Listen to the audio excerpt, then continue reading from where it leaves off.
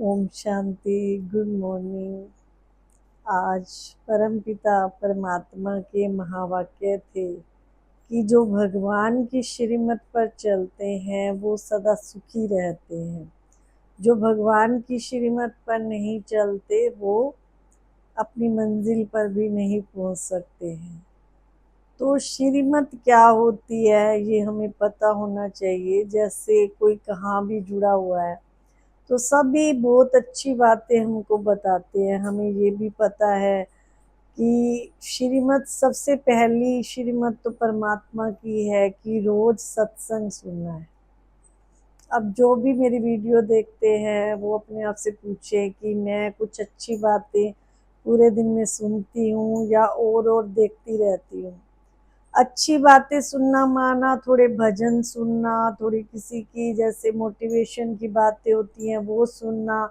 ये हमारी आत्मा की निजी खुराक है जो हमको रोज दिन में थोड़ी थोड़ी देर बाद लेनी चाहिए। जैसे शरीर को हम खाना देते हैं तो ऐसे ये आत्मा की खुराक है।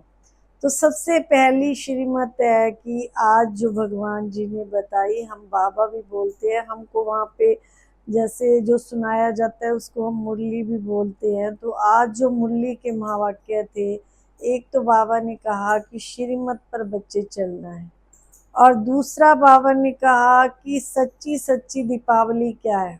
यहाँ तो देखो दीपावली मनाते हैं तो खूब लाइटिंग करते हैं और मतलब घर को खूब अच्छे से सजाते हैं। अभी सभी लोगों ने घर की सफाई करना भी शुरू कर दी होगी, लेकिन जो अंदर की हमारी सच्चाई है, अंदर को सजाना है, वो कोई नहीं देखता है।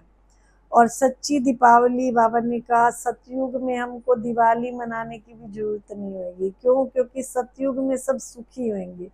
यहाँ थोड़ा सा इंजॉयमेंट के लिए हम कुछ ना कुछ करते रहते हैं।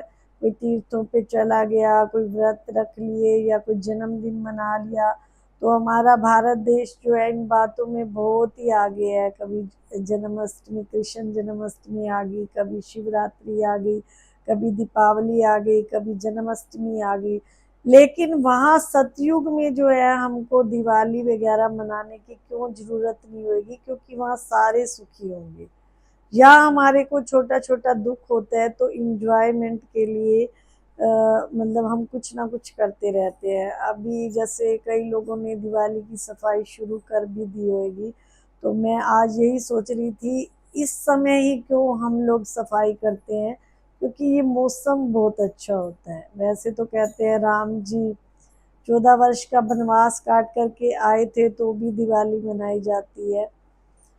और ये मौसम भी इतना अच्छा होता है कि हम खुशी खुशी हर कार्य कर लेते हैं। एक बदलाव का मौसम होता है, इसीलिए हम जो है ना दिवाली मनाते हैं।